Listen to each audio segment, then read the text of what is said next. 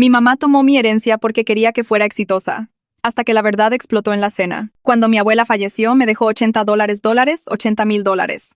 Mi mamá inmediatamente tomó control de ese dinero. No estás lista para esta cantidad de dinero, me dijo. Yo lo voy a administrar hasta que me demuestres que puedes ser exitosa por tu cuenta. Yo tenía 24 años, un título universitario y un trabajo, pero según ella, aún no era suficientemente exitosa. Seguía moviendo la meta. Primero, necesitaba ganar $40 al año. Cuando lo logré, de repente necesitaba $50. Cuando llegué a los $50, dijo que primero debía ser gerente, luego gerente senior, y después, que debía tener mi propia casa.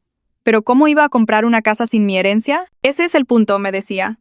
La gente realmente exitosa no necesita caridad. Se abre camino sola. Mientras tanto, ella vivía extremadamente bien. Auto nuevo, remodelación de la cocina, cruceros anuales. Cuando le preguntaba, me decía que estaba invirtiendo mi dinero sabiamente. Me lo agradecerás cuando veas cuánto ha crecido. Nunca me mostró ningún estado de cuenta de inversiones. Solo me palmeaba la mano y me decía, confía en mí. Hago esto porque te quiero. La mayoría de los padres se lo habrían gastado, pero yo quiero que te ganes tu éxito de verdad. Tenía toda una filosofía al respecto.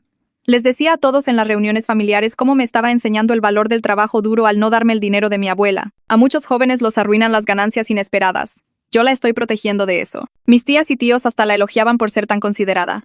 Mi tía Nina decía cosas como, eres una gran madre, asegurándote de que aprenda la responsabilidad. Mi mamá sonreía y decía, es difícil, pero necesario. Lo entenderán cuando sean mayores. Así pasaron los años. Me ascendieron 3 veces. Empecé a ganar $70.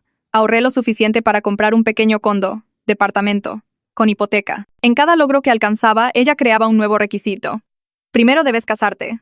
Luego necesitas tener 6 meses de ahorros de emergencia. Después tienes que haber llenado tu fondo de retiro por al menos 5 años. Yo tenía 32 años cuando todo se desmoronó. Mi prima Kenia, Kendall, se iba a casar y le pidió ayuda a mi mamá con la planificación, ya que había organizado muchos eventos familiares con las ganancias de sus inversiones, esas que hacía por administrar mi dinero también. Kenia pensó que la estaba felicitando. Mi mamá sonrió y dijo que le encantaría ayudar. La planeación de la boda se puso cara rápidamente. Kenia seguía eligiendo opciones más costosas y mi mamá la animaba. ¿Solo te casas una vez?, le decía. No te conformes con menos de lo perfecto. Kenia estaba estresada por el costo, pero mi mamá la tranquilizó. Yo puedo ayudar con una parte. He tenido mucha suerte con mis inversiones. Mi mamá terminó contribuyendo $30,000 a la boda de Kenia. Extendió el cheque justo enfrente de todos en la cena familiar, haciendo un gran show de su generosidad. Kenia lloraba de gratitud. Todos decían lo maravillosa que era mi madre. Fue entonces cuando mi tío Robert, que es contador, hizo un comentario inocente. Eso es muy generoso, especialmente porque estás administrando esa herencia para Jamie. Jamie, debe ser difícil mantener esos fondos separados. Mi mamá se quedó completamente quieta. ¿Qué herencia?, preguntó Kenia. Roberto parecía confundido. El dinero de la abuela. Tu tía lo ha estado administrando hasta que Jaime demuestre que tiene éxito. Se giró hacia mí. Por cierto, probablemente deberías transferir esos fondos pronto. Hay implicaciones fiscales si un padre retiene dinero de un hijo adulto por mucho tiempo. Toda la mesa se quedó en silencio. Kenia miró a mi mamá. ¿Le diste a mi boda el dinero de la herencia de Jaime? Mi mamá comenzó a hablar muy rápido. No, esos son mis ganancias de inversión. He sido muy cuidadosa de mantener todo separado. Pero Roberto no había terminado. De hecho, si lo has estado administrando todo este tiempo, deberías tener registros detallados. Estados de cuenta, historial de transacciones, documentos fiscales. Jaime, has estado declarando el ingreso de intereses en tus impuestos, ¿verdad? Dije que no había visto ningún documento. La expresión de Roberto cambió. ¿No has recibido estados de cuenta anuales? ¿En 8 años? Mi mamá se levantó. Esto es ridículo. No tengo que justificarme. Todo lo que he hecho ha sido por el bien de Jaime. Kenia le preguntó directamente, ¿gastaste la herencia de Jamie en mi boda? La cara de mi mamá hizo esa mueca donde intentó parecer ofendida, pero no lo logró del todo. ¿Cómo te atreves a acusarme de eso? Te estaba ayudando por amor. Con el dinero de Jamie, dijo Kenia rotundamente. Entonces, muéstranos la cuenta de inversión, dijo Roberto. Solo ábrela en tu teléfono. Demuéstranos que el dinero sigue ahí. Mi mamá agarró su bolso y gritó. No tengo que demostrarles nada a ninguno de ustedes. Son todos unos ingratos. Salió a toda prisa por la puerta principal y la azotó tan fuerte que las ventanas temblaron. Nadie se movió. Nadie habló. Solo podía oír mi propia respiración y el tic-tac del reloj en la pared. Kenia me miraba con una expresión en su rostro como si me viera por primera vez. Tenía la boca ligeramente abierta y sus ojos se abrían más. Roberto ya tenía su teléfono fuera y estaba escribiendo algo rápido. El resto de la familia se quedó congelada con los tenedores a medio camino de la boca o las copas de vino suspendidas. Mi tía Nina se acercó y puso su mano sobre mi brazo. Sus dedos estaban fríos. Kenia empujó su silla hacia atrás y se puso de pie. El sonido raspando el piso de madera hizo que todos dieran un brinco. Su voz salió temblorosa, pero se mantuvo firme. Me miró directamente y preguntó de dónde venían realmente esos $30. Necesitaba saberlo ahora mismo.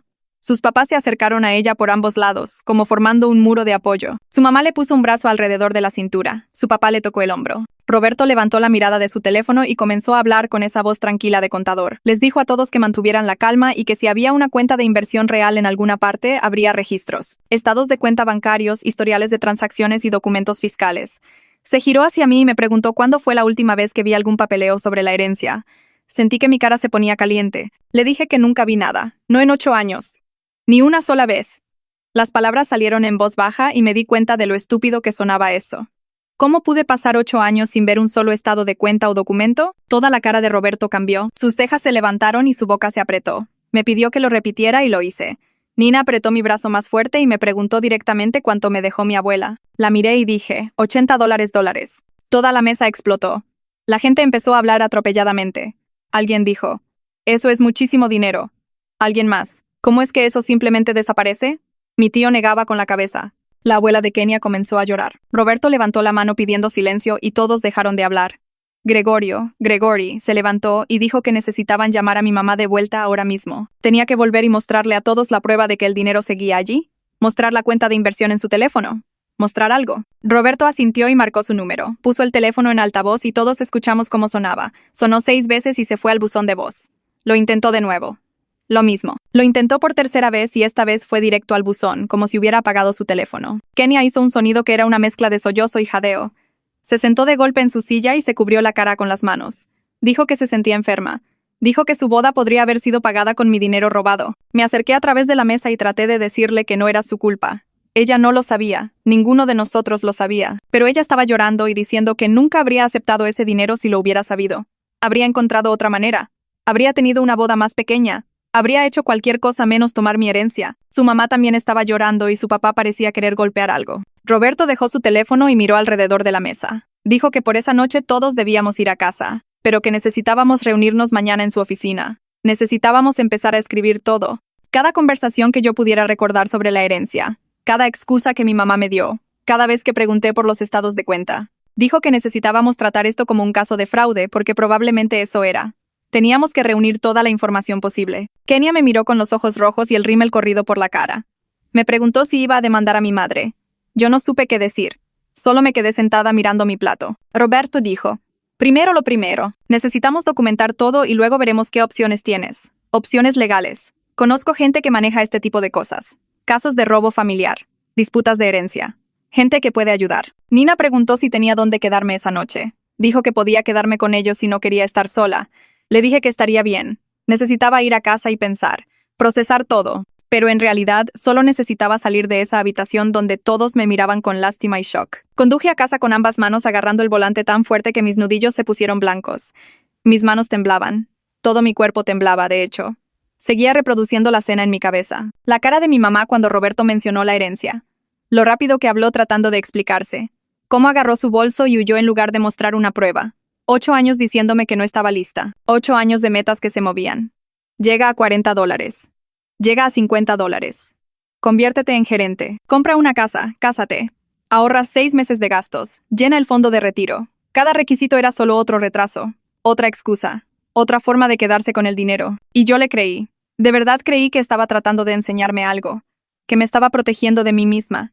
Que me quería lo suficiente como para ser la madre dura que me obligaba a ganarme el éxito. Pero no había lección. No había protección. Solo había robo. Un robo lento a lo largo de 8 años mientras ella compraba un auto nuevo, remodelaba su cocina, se iba de crucero y vivía bien con el dinero de mi abuela. Con mi dinero. El dinero que mi abuela quería que yo tuviera. Llegué a casa y fui directo a mi laptop. No podía dormir. Ni siquiera podía quedarme quieta. Abrí mi correo electrónico y comencé a buscar cualquier cosa de mi mamá sobre la herencia. Había docenas de mensajes. Cientos, tal vez. Empecé a leerlos. Cada vez que le pregunté por el dinero. Cada vez que alcancé una de sus metas y pregunté si ya podía tener acceso, sus respuestas seguían el mismo patrón. Elogios por mi progreso, luego un nuevo requisito. Y después, un discurso sobre la responsabilidad, el éxito ganado y no ser como otros jóvenes que desperdician el dinero. Encontré uno de hace 3 años donde le pedí ver los estados de cuenta de la inversión. Ella respondió que me los enviaría pronto, pero que estaba de viaje y me los daría al regresar. Nunca los envió. Olvidé darle seguimiento. Encontré otro del año pasado donde le dije que había llenado mi fondo de retiro por 5 años como me indicó. Respondió que estaba muy orgullosa, pero que debería concentrarme más en construir mi fondo de emergencia antes de asumir la responsabilidad de administrar una gran suma. Siempre había algo. Siempre una cosa más. Luego revisé nuestros mensajes de texto. El patrón era aún más claro allí. Mensajes cortos míos preguntando por el dinero. Respuestas largas de ella sobre paciencia, responsabilidad y confianza. Diciéndome que estaba invirtiendo sabiamente. Diciéndome que algún día se lo agradecería. Diciéndome que la mayoría de los padres simplemente se lo habrían gastado, pero que ella estaba siendo cuidadosa, siendo inteligente, protegiendo mi futuro. Cada mensaje era manipulación. Cada uno era una mentira para encubrir lo que estaba haciendo. Mi teléfono sonó a las 8 de la mañana siguiente. Había estado despierta toda la noche sentada en mi sofá rodeada de correos impresos y capturas de pantalla. El nombre de Roberto apareció en la pantalla. Contesté y me dijo que había pasado la noche haciendo llamadas. Tenía una amiga abogada que manejaba casos de robo familiar, situaciones de abuso financiero, abuso a personas mayores, generalmente. Pero ella ya había trabajado en casos como el mío. Estaba dispuesta a reunirse conmigo y hablar sobre mis opciones. Su nombre era Aurelia. Me dio su número y me dijo que debería llamar hoy. También dijo que él, Kenia y sus padres querían reunirse en su oficina esa tarde si yo estaba dispuesta. Empezar a construir una línea de tiempo. Empezar a documentar todo. Dije que sí. Dije que estaría allí. Le pregunté si realmente creía que mi mamá se había robado todo. Se quedó en silencio por un segundo. Luego dijo que sí. Dijo que no había otra explicación. Si tuviera cuentas de inversión, las habría mostrado anoche. Habría abierto su teléfono allí mismo en la mesa y nos habría demostrado que estábamos equivocados. En cambio, huyó. Las personas inocentes no huyen. No gritan y evaden. Muestran pruebas. Le di las gracias y colgué. Luego llamé al número de Aurelia. Una mujer contestó al segundo timbrazo. Le dije que Roberto me había dado su nombre. Dijo que ya esperaba mi llamada. Me preguntó si podía ir a su oficina esa tarde antes de reunirme con Roberto. Quería escuchar mi historia y hablar sobre qué opciones podría tener. Opciones legales, formas de recuperar mi dinero. Dije que sí. Dije que estaría allí a las 2. Me dio la dirección y me dijo que llevara cualquier documentación que tuviera. Cualquier correo, texto o nota sobre la herencia. Cualquier cosa que mostrara lo que mi madre prometió y lo que realmente hizo. Miré los papeles esparcidos sobre mi sofá y mi mesa de centro. Tenía mucha documentación. Tenía 8 años de mentiras por escrito. La oficina de Roberto se sintió fría cuando entré a la tarde siguiente. Ya había cubierto una pared con una pizarra gigante dividida en columnas. Años en la parte superior. Mis logros en el lado izquierdo. Las excusas de mi madre en rotulador rojo llenando el medio. Kenia estaba sentada en la mesa de conferencias con sus padres, Nina y Gregorio. Todos levantaron la vista cuando entré. Roberto me entregó un cuaderno legal y me dijo que comenzara a escribir. Cada conversación que pudiera recordar sobre la herencia. Cada excusa que mi madre me dio. Cada vez que pedí ver los estados de cuenta, me senté y comencé a llenar páginas. El primer año dijo que necesitaba ganar 40,000, el segundo año 50,000, el tercer año puesto de gerente. El patrón se veía peor escrito así. Cada requisito perfectamente sincronizado para mantenerme esperando. Cada excusa diseñada para sonar razonable. Kenia deslizó una carpeta por la mesa hacia mí. Documentos de planificación de la boda. Contratos de proveedores. Registros de pago. Encima había una copia del cheque. $30,000 de la cuenta personal de mi madre. Con fecha de hace 4 meses. Las manos de Kenia temblaban mientras explicaba que había traído todo lo que mostraba dinero de mi madre. Dijo que necesitaba ayudar a demostrar lo que pasó, incluso si eso significaba enfrentar que su boda fue financiada con un robo. Su voz se quebró en la última palabra. Roberto tomó la carpeta y agregó la copia del cheque a su muro de evidencia.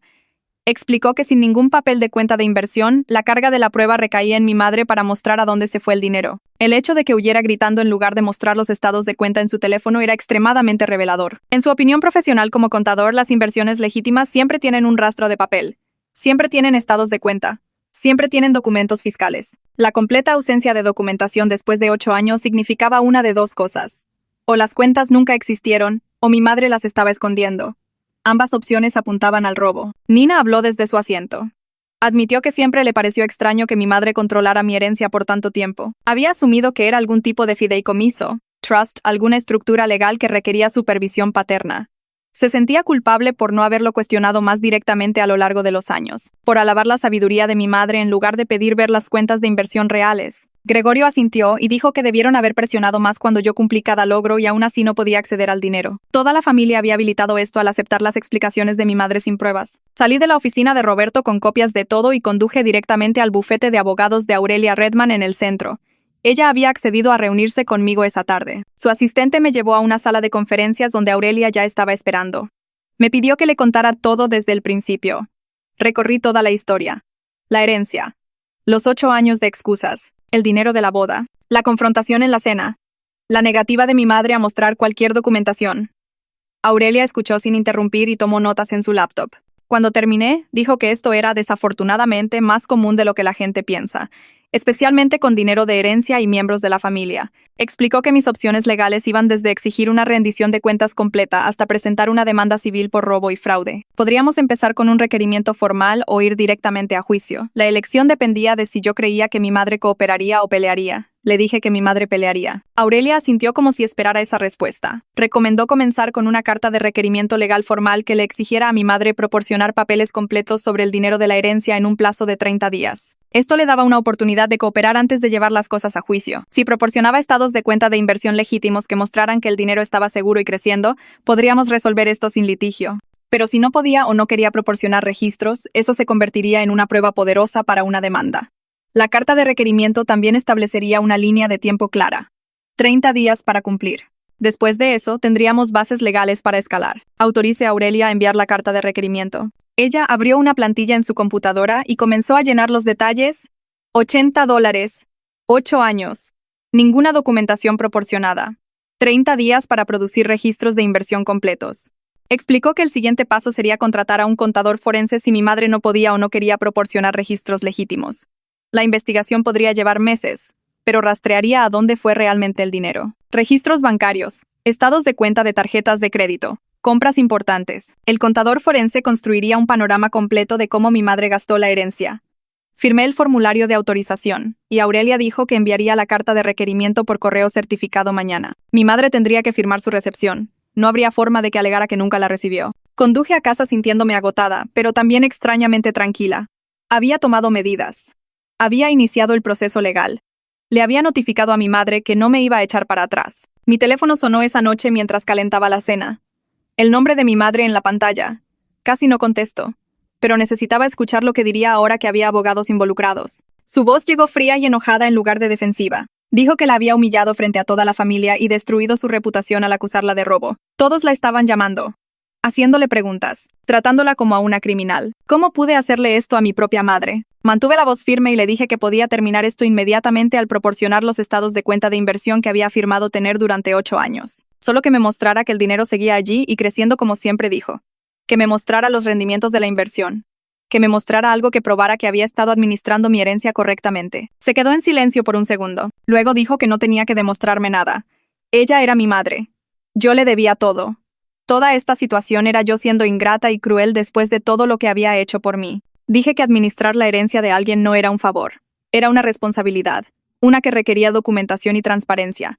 30 días para proporcionar los registros o mi abogada tomará medidas adicionales. Ella colgó sin responder. 2 días después volvió a llamar. Contesté porque imaginé que seguiría intentándolo hasta que lo hiciera.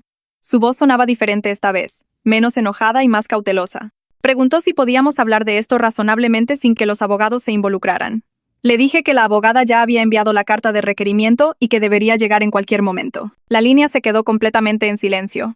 No solo un silencio normal, sino el tipo de silencio donde pude notar que estaba procesando algo malo. Luego dijo, «Entonces, ¿de verdad vas a demandar a tu propia madre?» Y la llamada terminó antes de que pudiera responder algo. Simplemente colgó. Me quedé allí mirando mi teléfono, sintiéndome extraña por todo el asunto. Una parte de mí quería sentirse culpable, pero sobre todo, solo me sentía cansada. Roberto me llamó a la mañana siguiente mientras me preparaba para el trabajo. Sonaba frustrado. Mi madre lo había contactado tarde la noche anterior preguntando si todo este asunto legal era realmente necesario. Le dijo que debía haber algún tipo de confusión o error con el dinero. Roberto dijo que le respondió que la única confusión era sobre dónde habían ido $80 y que necesitaba mostrarle los papeles que demostraran que todavía lo tenía. Aparentemente se enojó y dijo que él estaba tomando mi lado contra la familia. Él dijo que no había lados, solo hechos y documentación. Ella también le colgó. Los 30 días de la carta de requerimiento pasaron sin ninguna respuesta de mi madre. Ni llamada, ni correo electrónico, ni documentos, nada. Aurelia me llamó para discutir los siguientes pasos y dijo que este silencio en realidad ayudaba a nuestro caso. Demostraba que mi madre no podía o no quería dar cuenta del dinero. Si tuviera registros de inversión legítimos, los habría enviado de inmediato para hacer que esto desapareciera. El hecho de que eligiera el silencio en su lugar decía mucho sobre lo que realmente le sucedió a mi herencia. Programamos una reunión para discutir la contratación de un contador forense que pudiera rastrear a dónde fue realmente el dinero. Me reuní con Wyatt Duran en la oficina de Aurelia 3 días después. Era más joven de lo que esperaba, quizás a finales de los 30, y tenía esta manera tranquila de explicar asuntos financieros complicados. Firmé un montón de formularios dándole permiso para solicitar los registros bancarios y documentos financieros de mi madre a través de descubrimiento legal. Explicó que el proceso tomaría varias semanas porque los bancos no se mueven rápido, pero que la investigación debería revelar exactamente cómo mi madre gastó la herencia. Rastrearía cada depósito, cada retiro, cada compra importante durante los últimos 8 años. El objetivo era construir una imagen completa de dónde terminó el dinero de mi abuela. Salí de su oficina sintiendo que las cosas finalmente estaban avanzando de manera concreta. Mi teléfono sonó esa noche mientras preparaba la cena. El nombre de Kenia apareció en la pantalla. Sonaba molesta cuando contesté. Sus padres insistieron en pagarme los $30 de la boda, a pesar de que yo seguía diciéndoles que no era su culpa y que no me debían nada. Nina tomó el teléfono y dijo que no podían disfrutar de la boda de su hija sabiendo que fue financiada con dinero robado. El cheque ya estaba escrito. ¿Lo traerían mañana, quisiera yo o no? Intenté discutir, pero Nina dijo que la conversación había terminado. Lo iban a hacer y yo tenía que aceptarlo. Al día siguiente, Kenia y sus padres se presentaron en mi condo con el cheque. Nina me abrazó y se disculpó por no haber visto lo que mi madre estaba haciendo todos esos años. Gregorio dijo que debieron haber hecho más preguntas sobre la situación de la herencia en lugar de simplemente aceptar las explicaciones de mi madre. Acepté el cheque porque necesitaba el dinero, pero se sintió complicado. Esto era solo una fracción de lo que me quitaron. Aún así, sostener ese cheque se sintió importante de alguna manera. Fue el primer paso real para recuperar lo que perdí. El primer pedazo de mi herencia volviendo a mí después de 8 años. Hizo que todo se sintiera más real y menos como una pesadilla de la que no podía despertar. Una semana después, mi madre me envió un largo correo electrónico. Casi lo borro sin leer, pero necesitaba ver lo que diría. El correo afirmaba que sí invirtió mi dinero como siempre dijo, pero que tomó algunas malas decisiones y perdió la mayor parte. Estaba demasiado avergonzada para decirme la verdad. Había estado tratando de recuperar el dinero antes de que me enterara, con la esperanza de arreglar todo en silencio. El correo continuaba por párrafos sobre lo culpable que se sentía y que nunca quiso que nada de esto sucediera. Decía que me amaba y que solo quería protegerme de saber sobre sus errores. Reenvié el correo a Aurelia sin responderle a mi madre. Aurelia me llamó en menos de 1 hora y dijo que esta excusa era totalmente esperada. Mucha gente atrapada robando dinero afirma que lo perdió en malas inversiones. Es una historia común porque suena mejor que admitir que se lo gastaron en sí mismos. Dijo que necesitaríamos ver pruebas reales de estas supuestas inversiones y pérdidas. Estados de cuenta bancarios que muestren que el dinero entró en cuentas de inversión. Registros de qué acciones o fondos compró. Documentación de cuándo y cómo ocurrieron las pérdidas. Sin pruebas, este correo era solo otra historia. Ella reenvió todo a Wyatt para que lo incluyera en su investigación financiera. El estrés de todo comenzó a afectarme de maneras que ya no podía ignorar. No estaba durmiendo bien. Seguía repitiendo conversaciones con mi madre a lo largo de los años, viendo la manipulación que me había perdido antes. Roberto sugirió que hablara con alguien profesional sobre cómo procesar todo esto. Me dio el nombre de una terapeuta que trabajaba con personas que lidiaban con abuso financiero familiar. Llamé a Annika Schultz y conseguí una cita para la semana siguiente. Su oficina era pequeña y cómoda, no estéril como esperaba. Me pidió que comenzara desde el principio, así que le conté sobre la muerte de mi abuela y mi madre tomando control del dinero, sobre los 8 años de requisitos cambiantes y excusas, sobre la cena donde todo se vino abajo. Annika escuchó sin interrumpir, tomando notas ocasionalmente. Cuando terminé, dijo que lo que me sucedió fue abuso financiero combinado con gaslighting sistemático.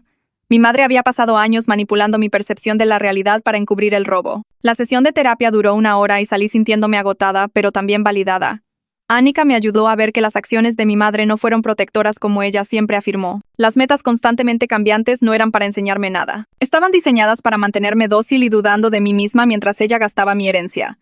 Cada vez que cumplía un requisito, creaba uno nuevo porque necesitaba más tiempo para gastar más dinero. La manipulación fue deliberada y planeada. No un intento equivocado de ayudarme a crecer. Entender esto cambió algo fundamental en cómo veía toda la situación. 2 días después de esa sesión de terapia, Wyatt me llamó. Su voz sonaba diferente a antes, más seria y cuidadosa con sus palabras. Dijo que terminó de revisar todos los registros financieros y encontró algunos patrones que necesitábamos discutir de inmediato. Quería reunirse conmigo y con Aurelia porque los hallazgos eran bastante preocupantes. Programamos la reunión para la tarde siguiente en la oficina de Aurelia. Apenas dormí esa noche sabiendo que estaba a punto de ver exactamente a dónde fueron mis $80. Al día siguiente llegué a la oficina de Aurelia 10 minutos antes y me senté en la sala de espera tratando de evitar que mis manos temblaran. Wyatt apareció llevando una carpeta gruesa y una laptop y Aurelia nos condujo a ambos a su sala de conferencias.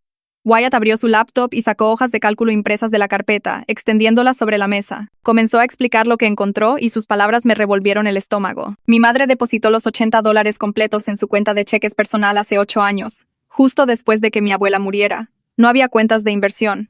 Nunca hubo cuentas de inversión. El dinero simplemente se quedó en su cuenta de cheques regular y lo gastó gradualmente a lo largo de los años en lo que quería. Wyatt mostró estados de cuenta bancarios en su laptop que evidenciaban los depósitos y retiros, mes a mes, año a año. Me guió a través de los gastos importantes utilizando una hoja de cálculo que él creó. El auto nuevo que compró hace 3 años costó $28, pagado en su totalidad con un solo cheque.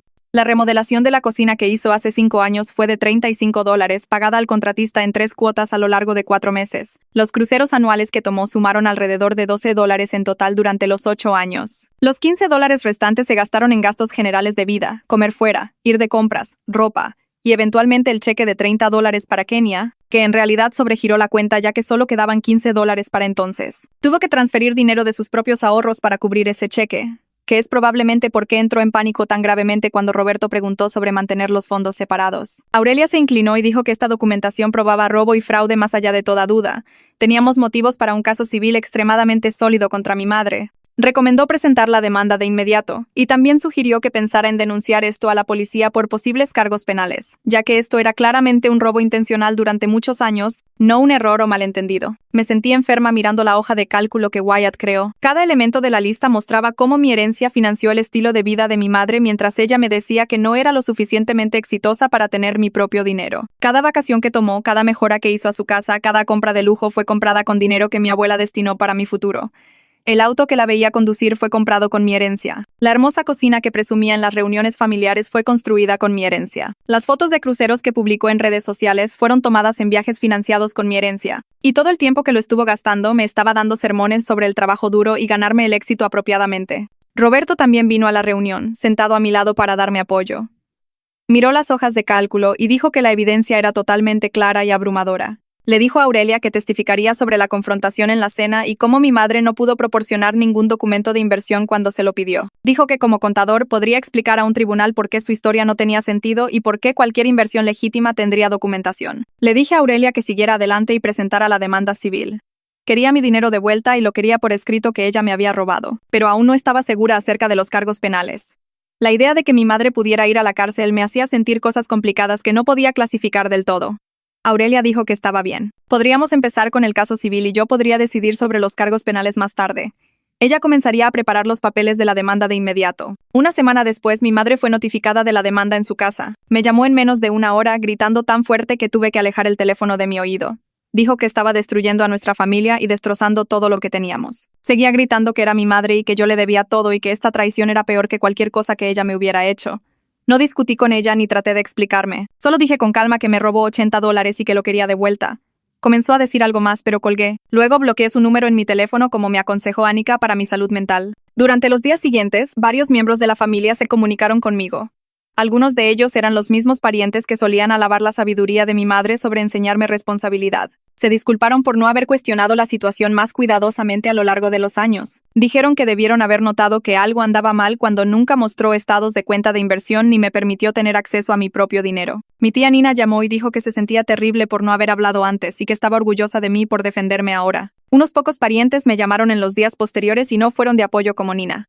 La hermana de mi madre me dijo que estaba siendo vengativa y que los asuntos familiares deberían quedar en privado. Dijo que estaba destruyendo a nuestra familia por dinero y que debería darme vergüenza. Otro primo me envió un mensaje de texto largo sobre cómo estaba separando a la familia y que mi madre cometió errores, pero que no merecía esta humillación pública. Me sentí enojada leyendo estos mensajes porque actuaban como si yo fuera el problema en lugar de la persona a la que le robaron $80. Nina se enteró de estas llamadas y envió un correo electrónico a toda la familia. Escribió que la gente que me criticaba no entendía la situación completa y que debería revisar el informe forense de Wyatt antes de emitir juicios. Adjuntó el informe al correo electrónico mostrando exactamente cómo mi madre gastó mi herencia en sí misma mientras me mentía durante 8 años. Después de que ese correo fue enviado, la mayoría de los parientes críticos se quedaron en silencio. 2 semanas después de que se presentó la demanda, Aurelia me llamó al trabajo. Dijo que mi madre contrató a un abogado que la contactó para resolver el caso antes del juicio.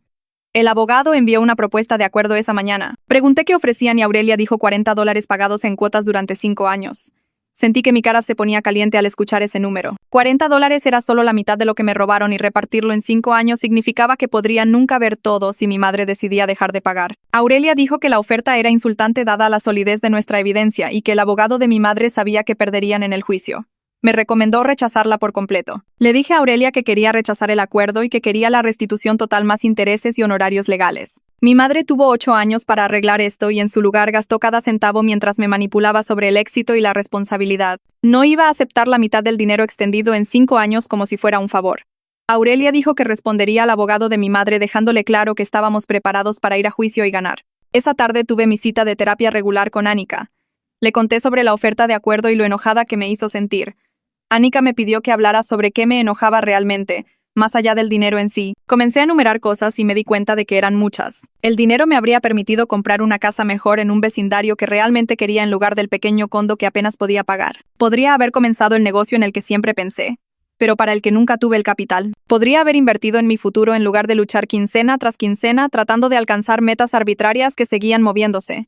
Podría haber viajado o regresado a estudiar o tener seguridad financiera. En cambio, pasé 8 años trabajando hasta el cansancio, tratando de demostrar que era lo suficientemente exitosa mientras mi madre vivía del dinero que se suponía que era mío. Annika me ayudó a ver que la ira no era solo por lo que me quitaron, sino por todas las oportunidades que perdí y los años que desperdicié tratando de ganarme algo que ya era mío. El proceso legal avanzó durante las siguientes semanas. Kenia tuvo que dar una declaración sobre el dinero de la boda y lo que sabía sobre las intenciones de mi abuela para la herencia. Me llamó la noche anterior luciendo nerviosa y dijo que se sentía terrible por tener que testificar contra su tía.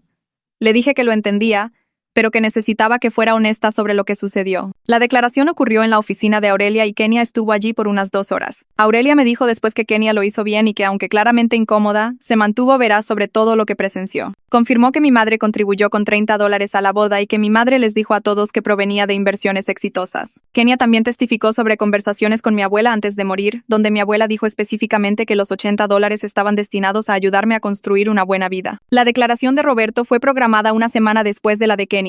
Entró preparado con notas sobre la confrontación en la cena y su opinión profesional como contador. Aurelia dijo que su testimonio fue realmente perjudicial para la defensa de mi madre porque explicó en detalle por qué la falta de cualquier documentación de inversión durante 8 años hacía que la historia de mi madre fuera imposible de creer. Recorrió lo que parecería una gestión de inversión legítima, y cómo habría estados de cuenta trimestrales, documentos fiscales y claros rastros de papel. La ausencia de algo así probaba que mi madre nunca invirtió el dinero en absoluto. Un mes después de la declaración de Roberto, el abogado de mi madre contactó a Aurelia nuevamente solicitando mediación. El abogado reconoció que la evidencia era problemática para su caso y sugirió que intentáramos llegar a un acuerdo a través de la mediación en lugar de ir a juicio. Aurelia dijo que esta era una buena señal porque significaba que sabían que perderían estrepitosamente si íbamos ante un juez. Dijo que deberíamos aceptar la mediación porque podríamos negociar un acuerdo mucho mejor ahora que entendían lo fuerte que era nuestro caso. La mediación fue programada para 2 semanas después en una oficina neutral en el centro. Estaba nerviosa conduciendo allí esa mañana porque tendría que estar en la misma habitación que mi madre por primera vez desde que fue notificada de la demanda. Annika me había preparado para esto en nuestras sesiones y me recordó que me mantuviera enfocada en los hechos y no me dejara arrastrar a argumentos emocionales. La sala de mediación era pequeña con una mesa larga y el mediador sentado a la cabecera. Mi madre y su abogado ya estaban allí cuando Aurelia y yo entramos. Mi madre no me miró en absoluto y mantuvo los ojos bajos en la mesa. Se veía más pequeña de lo que recordaba, casi encogida en su silla. Su abogado hizo la mayor parte de la conversación mientras ella permanecía en silencio. La mediación se prolongó durante horas con descansos donde el mediador hablaría con cada lado por separado. El abogado de mi madre seguía intentando argumentar que había cometido errores, pero que no tenía la intención de robarme. Aurelia cortó eso señalando el informe forense de Wyatt que mostraba un gasto sistemático durante 8 años. Cada vez que intentaban bajar la cantidad del acuerdo, Aurelia les recordaba lo que un juez probablemente otorgaría, más los honorarios legales e intereses. A última hora de la tarde, el abogado de mi madre regresó con una nueva oferta. $75, incluyendo intereses y mis honorarios legales. Mi madre tendría que vender su auto y pedir un préstamo sobre el valor líquido de su casa para conseguir el dinero. El pago se realizaría dentro de 60 días. Aurelia dijo que esto era probablemente lo mejor que podíamos conseguir sin pasar por un juicio completo que podría llevar otro año. Miré al otro lado de la mesa a mi madre, que todavía estaba mirando hacia abajo, negándose a cruzar mi mirada. Acepté el acuerdo, a pesar de que no cubría completamente lo que me quitaron. Aurelia explicó que conseguir más requeriría un juicio largo sin garantía de un mejor resultado y que mi madre podría ni siquiera tener más bienes que quitarle. De esta manera, yo recuperaría la mayor parte de mi dinero rápidamente y podría seguir adelante con mi vida. Aurelia me envió el acuerdo final 3 días después y leí cada página cuidadosamente. El documento incluía una sección donde mi madre tenía que reconocer por escrito que recibió mi herencia de $80 en fideicomiso y que malversó esos fondos para gastos personales, incluyendo la compra de un vehículo, remodelación de la casa, viajes de vacaciones y contribuciones a eventos familiares. Verlo detallado en lenguaje legal lo hizo sentir más real de alguna manera. Esto ya no era solo mi palabra contra la suya. Ella tenía que firmar su nombre admitiendo lo que hizo. El acuerdo también incluía una cláusula de no contacto que le prohibía a mi madre contactarme directamente por cualquier medio durante un mínimo de 2 años. Si violaba esta restricción llamando, enviando mensajes de texto, correos electrónicos o apareciendo en mi casa o lugar de trabajo, debería una multa adicional de $10 por violación. Aurelia dijo que esto era importante porque me daba protección legal contra futuros intentos de manipulación mientras trabajaba en Sanar. Firmé el acuerdo y lo envié de vuelta. El abogado de mi madre confirmó que ella también lo firmó, aunque Aurelia dijo que aparentemente lloró durante todo el proceso. No sentí nada cuando escuché eso. Tal vez debería haber sentido algo, pero simplemente no lo hice. El dinero del acuerdo llegó a mi cuenta bancaria exactamente 58 días después de la mediación. Inicié sesión en mi aplicación bancaria y me quedé mirando el número por un largo tiempo. $75. Recuperé la mayor parte de mi herencia después de 8 años. Debería haberme sentido puramente feliz o aliviada, pero en su lugar, sentí esta extraña mezcla de emociones que no podía nombrar del todo. El alivio definitivamente estaba allí porque finalmente tenía el dinero que mi abuela quería que yo tuviera, pero también había una profunda tristeza que no se iba. No podía recuperar esos 8 años de que me dijeran que no era lo suficientemente buena. No podía deshacer todas las veces que me hizo dudar de mí misma o cuestionar mi propio éxito. El dinero estaba de vuelta, pero la relación con mi madre se había ido para siempre. Esa persona que yo pensaba que era, la madre que quería protegerme y guiarme, nunca existió realmente. Siempre fue solo alguien que vio una oportunidad de tomar lo que no era suyo. Hablé de esto en mi siguiente sesión con Annika. Escuchó mientras yo trataba de explicar lo extraño que se sentía haber ganado, pero aún sentir que perdí algo importante. Annika dijo que lo que estaba experimentando era duelo, y que lamentar a la madre que creía tener era en realidad una parte necesaria de la sanación. Explicó que no estaba de luto por la mujer que me robó. Estaba de luto por la idea de una madre que me amaba lo suficiente como para poner mis necesidades primero. Esa versión de mi madre nunca existió, y aceptar esa verdad era doloroso, pero también liberador de alguna manera. No tenía que seguir tratando de ganarme su aprobación o cumplir sus estándares nunca más. Esas metas que ella seguía moviendo no eran para ayudarme a crecer, eran para mantener el control del dinero que nunca fue suyo. Entender eso me ayudó a dejar de culparme por no haber tenido éxito antes. 2 semanas después de que llegó el dinero, comencé a buscar seriamente condos y vecindarios en los que realmente quería vivir. Mi lugar actual estaba bien, pero solo lo compré porque era lo que podía pagar con mi aprobación de hipoteca en ese momento. Ahora tenía suficiente para un verdadero enganche en algo mejor. Encontré un condo de 2 recámaras en un vecindario que amaba, con buenos restaurantes cerca y un parque donde podía caminar por las mañanas. El edificio era más nuevo con servicios reales como un gimnasio y una terraza en la azotea.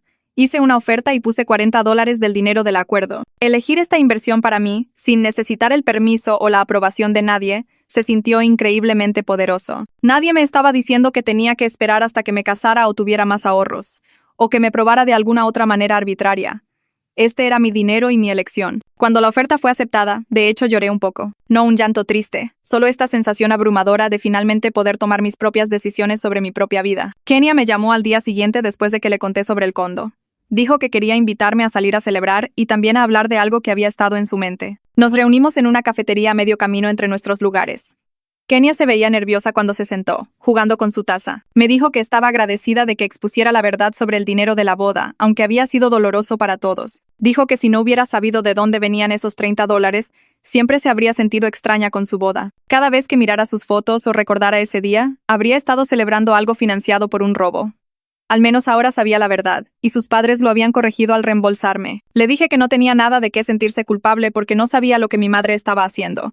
Kenia dijo que lo sabía lógicamente, pero que aún así se sentía mejor sabiendo que todo estaba al descubierto ahora. Terminamos hablando durante 2 horas sobre familia y confianza, y lo extraño que era que estuviéramos más cerca ahora de lo que habíamos estado antes de que todo esto sucediera. Roberto me llamó unos días después y dijo que quería ayudarme a establecer cuentas de inversión adecuadas ahora que tenía el dinero del acuerdo. Me recomendó a una asesora financiera con la que había trabajado durante años. alguien que proporcionaba estados de cuenta trimestrales y completa transparencia sobre cada transacción. Me reuní con la asesora la semana siguiente y abrí varias cuentas, incluyendo un fondo de retiro y una cuenta de inversión regular. La asesora me explicó todo en detalle y me mostró exactamente cómo recibiría documentación 4 veces al año más los formularios de impuestos anuales. Me guió a través de la estrategia de inversión y se aseguró de que entendiera a dónde iba mi dinero. Aprender a administrar el dinero correctamente se sintió bien, especialmente porque mi madre nunca me enseñó nada de esto. Ella siempre afirmó protegerme y prepararme para la responsabilidad financiera, pero en realidad solo me estaba robando mientras pretendía ser sabia. Ahora estaba aprendiendo lo que realmente era la gestión financiera legítima. Nina me pidió que nos reuniéramos a almorzar aproximadamente un mes después del acuerdo.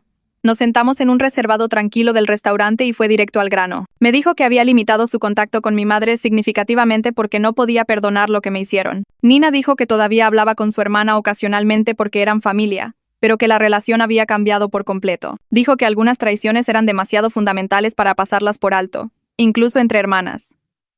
Lo que mi madre hizo no fue solo un error o un momento de debilidad. Fue 8 años de robo calculado y manipulación de su propia hija. Nina dijo que no podía respetar eso o pretender que todo estaba bien. Quería que yo supiera que estaba de mi lado y siempre lo estaría, y que lamentaba no haber cuestionado las cosas más cuidadosamente cuando mi madre estaba controlando la herencia. Le di las gracias por decir eso y le dije que no la culpaba por no verlo antes porque mi madre era muy buena haciendo que sus mentiras sonaran razonables. 6 meses después del acuerdo me iba sorprendentemente bien, tanto financiera como emocionalmente. Me había mudado a mi nuevo condo y lo había hecho sentir como mi hogar. Mis cuentas de inversión estaban creciendo constantemente y recibía estados de cuenta trimestrales que mostraban exactamente dónde estaba mi dinero y cómo estaba rindiendo.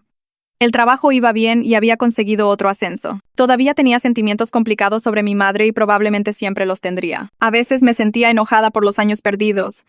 A veces me sentía triste por perder la relación que creía que teníamos. A veces no sentía nada en absoluto, pero había aceptado que nuestra relación nunca se recuperaría, y esa era la consecuencia que ella debía cargar, no yo. Ella tomó sus decisiones y ahora tenía que vivir con ellas. Yo también tomé mis decisiones y elegí seguir adelante sin ella. Annika y yo pasamos varias sesiones trabajando en reconstruir mi capacidad de confiar en otras personas. Los 8 años de gaslighting habían dañado algo fundamental en cómo me relacionaba con los demás. Había aprendido a dudar de mis propias percepciones y a cuestionar mis instintos porque mi madre me había entrenado para hacerlo. Annika me ayudó a reconocer patrones de manipulación para poder detectarlos temprano. Practicamos establecer límites firmes con personas que intentaban controlarme o hacerme dudar de mí misma.